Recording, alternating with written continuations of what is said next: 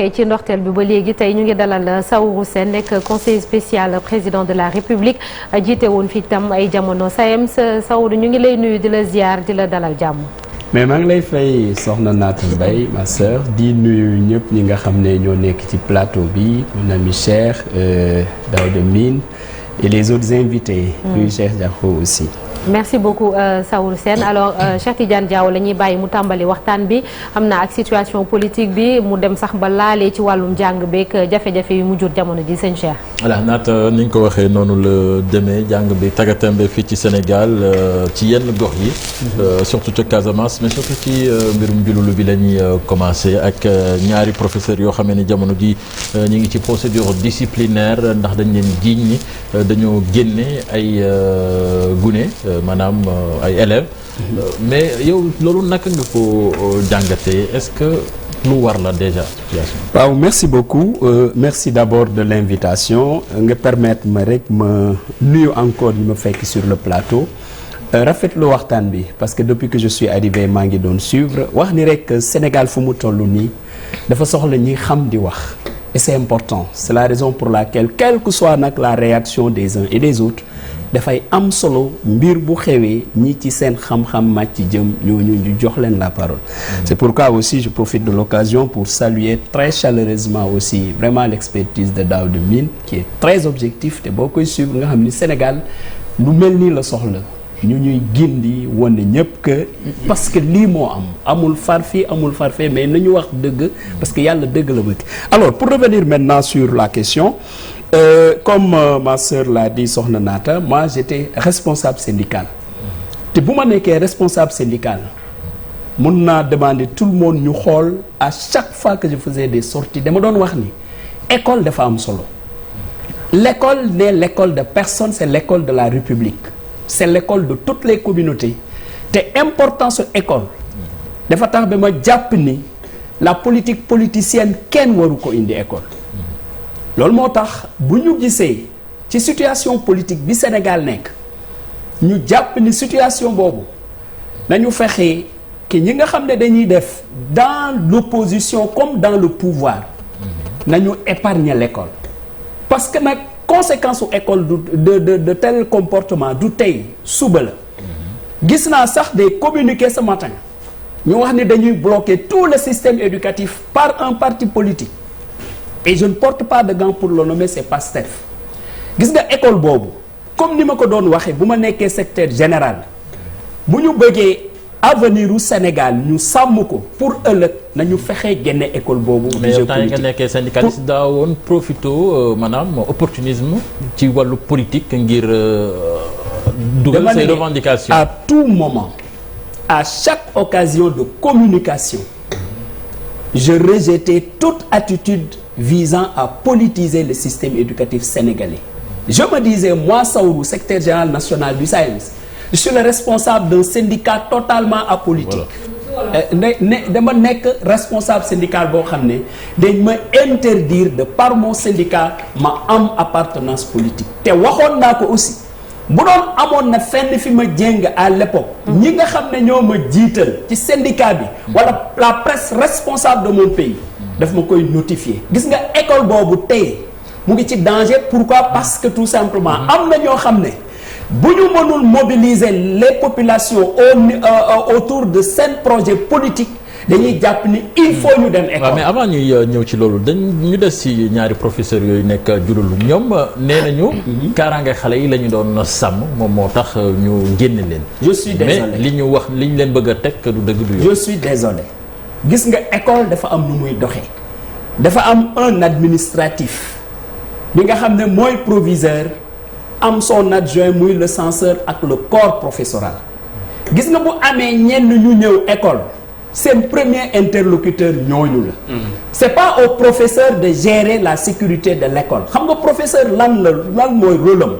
moom c'est un acteur pédagogique dugg classe bu ñu gisee loo xam ne du noonu il s'adresse soit au proviseur ou au censeur et c'est à ces derniers de prendre leur responsabilité par rapport à li war a xew waaye nag ay professeurs bu ñu jógee de léegi ñoom ñooy jël lii wala avec des élèves def la loolu dañuy def loo xam ne du seen cër. mais monsieur Sène cas de force majeure mën na am quand même. oui cas de force majeure mën na am mais cas de force majeure man bu ma fekkee lycée ma nekk professeur j'interpelle mon supérieur hiérarchique pour lui dire attention. voilà est-ce que loolu la ñu def parce que bu ñu demee ci proviseur bi.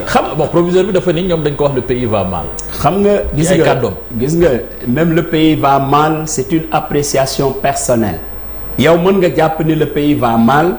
parce que loolu mooy sa analyse loolu mooy la conclusion de ton analyse keneen jàpp ni le pays va bien le problème c'est pas à ce niveau-là damay jàpp ni parce que moi je me base sur un rapport. Je n'ai pas été à Diouloulou comme vous et moi. lu xew mooy rapport bi nga xam ne proviseur moo ko bind adressé ko à l'inspecteur d'académie. Inspecteur d'académie jot rapport bi demander à ce que le proviseur jox leen demande d'explication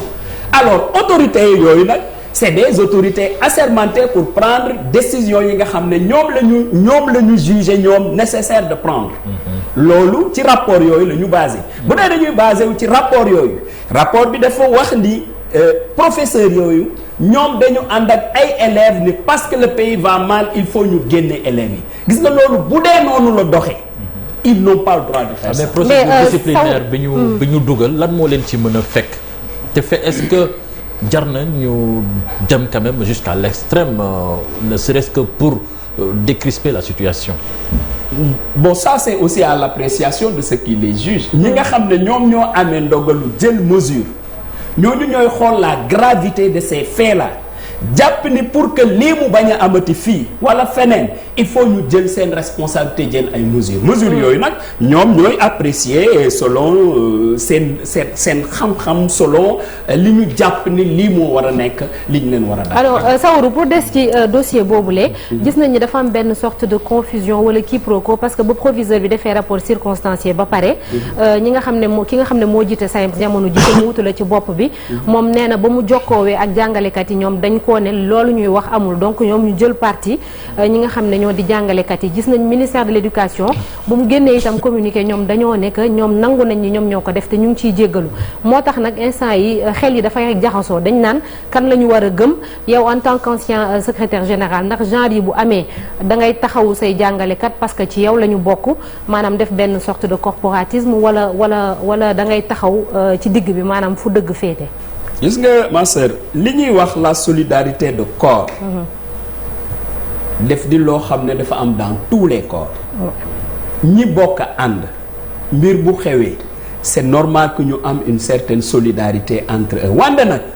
quelle que soit volonté d'être solidaire ak ñi nga àndal nañu jiital volonté nangoo waxante dëgg parce que dëgg rek mooy mujj attitude du sous-mon secrétaire général du ma ko juger parce que man bi ma ci nekkee dama doon jël mes responsabilités kon je suppose que le secrétaire général national du SAEMS moom day jël ay responsabilités de ce point de vue aw ma lu ma ciy juger wante nag nañu wax rek lii am gis nga école bi buñ ko bëggee aider surtout jàngalekat yi nañu fàttaliku ni ñoom ils sont pas n'importe qui te réew mi bu waree jaxasoo man bokk naa ci ñi jàpp ne école bi war na nekk un élément régulateur. Pourquoi? Parce que foofu la ñu yaakaare ay nit ñu responsable ay nit ñuy formater ay xale yu ñu yaakaar ni suba dinañ nekk responsable foofu la comme à chaque fois rek li xew nañu xool ñun quelle est notre part de responsabilité vis-à-vis de la société vis-à-vis de nous-mêmes et vis-à-vis des élèves man dama gis Sénégal et pour la première fois ay nit ñoo xam ne des enseignants ñu xam dugg ci dans des classes au lieu que ñu fay wax affaire pédagogique li tax ñu recruter leen en tant qu'enseignant mais ñu fay développer des aspects politiques ce qui est inacceptable intolérable d'accord donc dans kon loolu bu amee il faudrait que ñi war a jël seen responsabilité muy ministère u autre ñu jël ko li ci tegu nag mooy comme ni ñu ko waxee mais rapport bi bu mu génnee déggaat nañ réaction collègues yi ñu ne ñoom ñu ngi ciy jéggulu mais kuy jéggulu xam na lu mu def léegi nag kiy jéggale nag moom moo am possibilité soit mu jéggale wala mu jàpp ni lii de c'est suffisamment grave pour que mu bañ a jéggale. D'accord. Mais dans ce cas comment est-ce qu'on doit faire pour stopper ou bien barrer la route à certains professeurs yi nga xam ne dañuy am yenn position yi ba pare di ci xiirtal ñi nga xam ne ñoom ñoo di ndongo yi donte du li nga xam ne moom la ñu war a def lan la ñu war a def pour daal di koy arrêter ci réew mi yëpp sur le plan national. C'est important li ñu war a def mooy que d'abord chacun assume sa responsabilité d'abord du point de vue de l'administration parce que école dafa am administration proviseur censeur ou autre ku nekk nag dans ton école yow yaa war a veiller à ce que sa personnel def li tax mu nekk sa personnel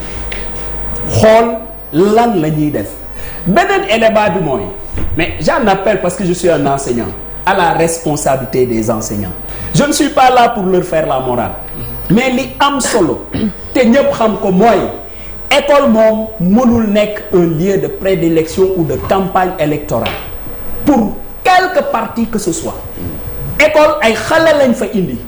xaar ñu jox leen xam-xam sur le plan de la culture sur le plan des arts sur le plan de la technique sur le plan de la technologie et sur le plan de la science gis nga leneen loo fa indi lu dul loolu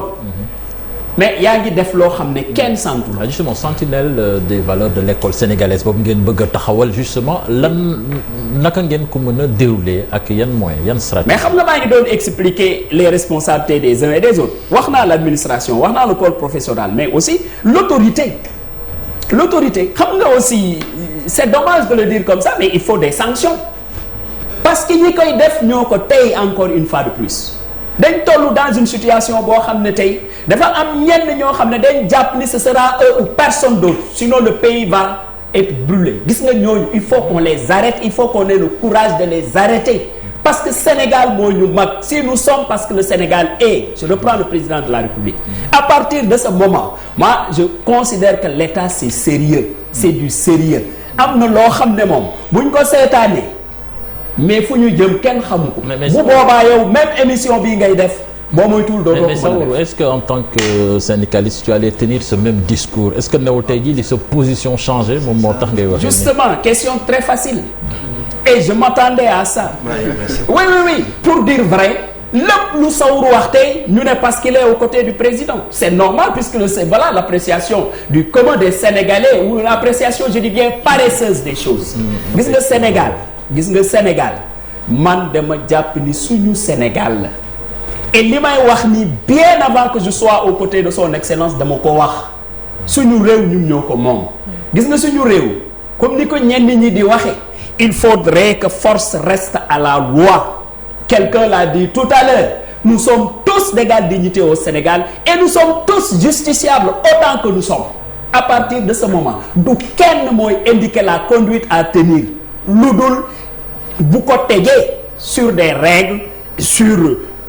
un ensemble de valeurs que nous partageons et ce qui faisait l'exception sénégalaise c'était ça c'est que quelles que soient les situations nous avions la possibilité de nous retrouver en bons citoyens sénégalais échanger chacun donnant son point de vue ñu jël la meilleure formule teg ko le Sénégal a toujours fonctionné comme ça. Mais justement monsieur Sène dañoo jàppoon ne revendication pour revendication bu fekkee ne sax c'était légitime à cette époque-là lu jëm ci wàllu condition des enseignants yi ki di mel ñu bëri dañoo jàppoon ne en quelque sorte les enseignants à un moment donné quand même dañu doon sacrifier un petit peu l'avenir de ces enfants-là est-ce que donc finalement cette ADN de responsabilité qu'on veut inculquer à cette école publique-là elle est vraiment de mise. Écoutez, vous savez, moi je le dis aussi hein, le discours qu'on tenait il y a de cela 3 ans, 4 ans, 5 ans. Gis nga ce discours-là bu ñu waxantee dëgg xool les Sénégalais droit dans les yeux. Ce discours-là est aujourd'hui caduc. Pourquoi je le dis? Parce que man dama bokkoon ci ñi jàpp ni d'abord sur le plan salarial les enseignants étaient maltraités. C'était ma conviction. Ñu xeex gis nga tey y a un effort substantiel qui a été fait. D'aucuns me disent non et yow arrêtez de dire que nous sommes très bien payés mais je dis ce qui a été fait. C'est une première tranche d'après les autorités. Gis nga cette tranche-là nag il faut ñu célébrer ko wone ni lii de lu baax la parce que nag suñu borom loolu la bëgg nit bu la defalee lu baax dañ koy reconnaître reconnaître loolu nag vis-à-vis du peuple sénégalais c'est de se dire que puisque cette tranche-là a été une bonne tranche pour nous nañu fexee nag école u Sénégal ñun ñi ci nekk les acteurs ñu wone de très bons résultats en observant quand même une période d'accalmie. dama bëggoon dellu si rek ci discours de circonstance bi avec tout le respect que je vous dois. Oui. C'est vrai que mënoo ko ravaler à une question facile. Pour man yéen da ngeen am ngeen di maamu responsabilité tey ci ni école bi demee. Parce que école bi du rek les enseignants yi politisés comme ni nga ko waxee à outrance les temples du savoir yow yaa ko wax. xaw ma nag à outrance boobu segam da nga def gëstu bu la may nga wax ni c'est une politisation à outrance mais pour man dama jàpp ni discours de circonstance bi mooy tey da nga nekk ministre conseiller. moment bi nga nekkee syndicat les batailles yi nga doon mener dafa amoon une radicalisation bi ci am mais gis nañ ni tey c'est un autre discours tout est rose tout est beau tout le monde est beau tout le monde sourit alors que am na le mal de l'école sénégalaise mi ngi fi ba léegi quelque part est-ce que c'est pas faire table rase de toutes tes convictions yi nga traversées en fait. Au contraire, j'ai l'impression que vous ne m'avez pas suivi quand j'étais secrétaire général. Toute modestie mise à part, bokkoon naa ci en tout cas dans le cadre de l'appréciation des Sénégalais dans le comportement syndical bokkoon naa au moins des rares responsables syndicaux yu ñuy wax ni moom de au moins lu muy wax c'est du concret te quand même il n'est pas un radical. Ça je prends la presse sénégalaise à témoin ñi doon suivre ce qui se passe dans le secteur de l'éducation. Parce que moi je disais toujours bien. Non, écoute, moi je dis que sur des questions salariales, le système de rémunération des agents de l'État, mais cette question-là, il faut qu'on la règle parce que c'est une injustice. Pour tout le reste maintenant, je dis que si nous réglons ces questions financières, mais pour le reste, un bon citoyen sénégalais war nañ ci mën di progresser de façon régulière parce que c'est des questions en processus. J'ai jamais été un syndicaliste radical, sauf surtout sur la question du système de rémunération sur lequel système je considérais qu'il y a une injustice profonde. Mais bu ñu weesoo loolu pour dire vrai sur toutes les autres questions je dis que mais parlons en citoyen sénégalais parce que école bi suñu école la du école gouvernement du école keneen suñu école la ñun ñëpp loolu moo tax ma jàpp ni boo jàppee ni Saourou était très radical à l'époque aujourd'hui parce qu'il est aux côtés du pouvoir voilà il a mis beaucoup d'eau dans son bissap non ce n'est pas exactement ça. am na lu Cheikh doon wax sànq muy sentinelle des valeurs de l'école sénégalaise syndicalistes yi xam nañ ni ku ci nekk bu la neexee nga politique ak parti boo mënti nekk mais ñu bañ koo fësal ci école bi bu fekkente ni defaraat école bi moo tax a jóg ndax dañ ciy woo ñëpp qu'importe leur appartenance politique ndax jamono ji am na ñeneen ñu bokk ci yeneen formation politique yu xaj na yu bokkul ak yéen fi ngeen nekk yow ak keneen ngir mën a fexe ba école bi mën a génn ci jafe-jafe yi. gis nga il faut ñu préciser une chose ma sœur gis nga jàngalekat bu nekk bu ko neexee mu far ci parti politique bu ko neex c'est valable pour la presse. Absolument. Dans une certaine mesure c'est valable pour les menuisiers les maçons etc. parce que même pour la presse aussi boo faree ci parti politique mais xaaruñu dans le traitement de tes informations pour certains journaux muy fës comme certains le font et que nous connaissons très bien et donc c'est valable pour les enseignants sax da ngay génn après voilà boo faree nga génn voilà sur le plan syndical maintenant li ñuy xaar ci des organisations syndicales d'enseignants mooy que ñu porter profondément mais les questions d'enseignants te buñ koy porter ils connaissent très bien leurs interlocuteurs c'est l'État parce que c'est l'État qui doit régler les choses mais bu dee nag da nga bëgg a utiliser un syndicat le mettre au service d'un parti politique pouvoir comme opposition c'est en ce moment que vous portez préjudice à l'école et surtout quand vous portez vos préoccupations de syndicalistes dans l'opposition pour dire que oui puisque nous voulons mobiliser les Sénégalais contre le pouvoir maintenons l'école dans une crise c'est inacceptable c'est intolérable et c'est pas comment dirais-je c'est contraire à la déontologie de notre noble profession. Ouais, justement yéen xam nga syndicalistes est-ce que vous n'êtes pas quelque part des politiciens en puissance yow yaa ngi nii bi nga jógee SAEMS da nga dem ci pouvoir bi ka nga fa wutu woon muy Mamadou Lamine Diante moom il est du côté de Yewwi Askan Wi ça veut dire que seen conviction yooyu est-ce que daaw leen influencer déjà bi ngeen nekkee ci mouvement syndical bi. mais c'est là où man da dem ci sant yàlla bu baax parce que encore une fois de plus je le dis les yeux dans les yeux devant les Sénégalais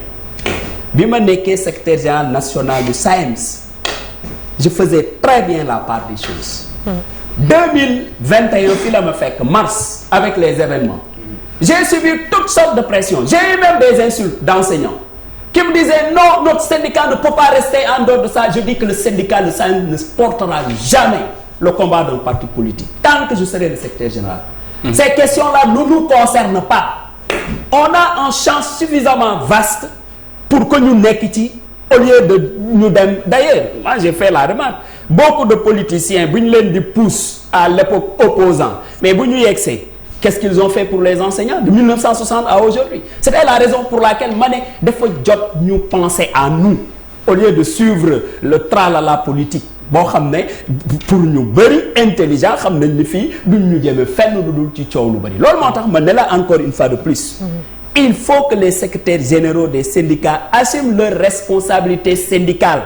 et laisser les acteurs politiques assumer leurs responsabilités politiques. En tout cas, c'est ma conviction. Les deux ne vont pas ensemble. Mais avant dernière question. Monsieur Saourou Sène da nga ni sànq da nga gëm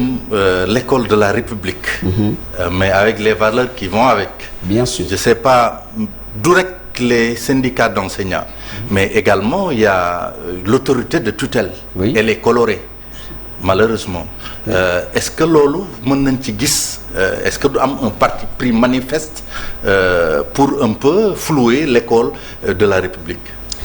De toute façon ci lu ñu jàpp c'est pas parce que je m'excuse d'utiliser cet exemple que je suis un gendarme qui est censé régler la circulation d'or que si j'entre dans ma famille avec mes enfants j'ai toujours cette cravache du gendarme pour voilà il y a une façon quand je suis dehors dans le cadre de mon service dafa am comportement bi ma am c'est ma profession mais bu ma yegsee dans ma famille je dois être comme Diako comme vous comme les autres ñu sentir ni kii c'est papa qui est dans sa famille école aussi pour man loolu la gis nga nit ñi am cette appartenance politique mosul mën a empêcher école bi mu fonctionner correctement parce que les gens responsables savent faire la part des choses parce que dans toute chose moi je crois qu'il y a de la mesure gis nga nit ku amul mesure koo xam ne mënul identifier les différents rôles qu'il doit jouer dans différentes sections de la société mais kooku mënul nekk un bon enseignant. C'est la raison pour laquelle man de école bi ma fay jàngale et je prends Thionck-Essyl où j'ai été Diourbel Dakar si je sortais de mon cours avant may yegg dans la salle des professeurs à la récréation boo yegg moytuwul sax balaa may yegg récréation bi jeex na parce que les élèves m'interpellaient monsieur Sène ceci monsieur Sène cela parce que je voulais être un enseignant encore une fois de plus gis nga ces questions politiques ça m'intéressait profondément mais fi ma leen doon waxee foofu laa ko waroon di waxee parce que encore une fois de plus non seulement d'aucuns disent que la pertinence de toute chose dépend de son opportunité mais la pertinence de la chose aussi dépend des interlocuteurs qui sont en face de vous mënuma nangu encore une fois de plus que kenn parce que c'est un opposant qu'il utilise l'école mais pour pouvoir faire de l'opposition c'est inacceptable c'est condamnable. Dernière question Cheikh Tidiane pour terminer Ziguinchor Diouloulou ay école ñu nga fa ñu ngi ko tëj tandis que yeneen parti réew mi ñu ngay jàng donc ça veut dire que le principe d'équité de l'enseignement mais loolu aussi il faut qu'on ait une lecture correcte des choses l'IA de Ziguinchor et l'IA de Sédhiou s'ils ont fermé les académies mais parce que malheureusement ils sont obligés de le faire parce que quoi qu'on dise aussi bu dee dañ bëgg xale yi jàng am xam-xam alors qu'il y a toute une violence bestiale dehors à partir de ce moment la sécurité des enfants est remise en cause personne ne contrôle qu'est-ce qui va se passer et à partir de ce moment du moment que la sécurité passe avant toute autre chose mais les IA ont pris leur responsabilité pour dire aux parents retenez vos enfants chez vous parce que suba li ci xew ce sera de votre responsabilité. Lors des examens, parce que li ñu gis aussi mooy que ces gens-là mobilisent à partir de ces enfants-là. À défaut de pouvoir mobiliser les populations, on utilise les enfants. Et par conséquent, donc, c'était important que les inspecteurs d'académie mais demander aux parents ñu retenir seen doom à la maison pour que chacun assume sa responsabilité. Merci beaucoup. Merci Saourou Sène, conseiller spécial président de la République jiite woon SAEMS ay jamono ñu ngi lay sant di la gërëm bu baax a baax merci. Mais c'est moi qui vous remercie et je remercie aussi pour cette invitation en espérant encore, comme je l'ai dit au début, en tout cas dans ces moments vraiment nous nous attendons à une presse responsable équidistant des positions politiciennes. Jërëjëf merci beaucoup Saourou. Ayca ñu jàll ci l'Observateur ak Record li ñu xëyee tey ci altine bi.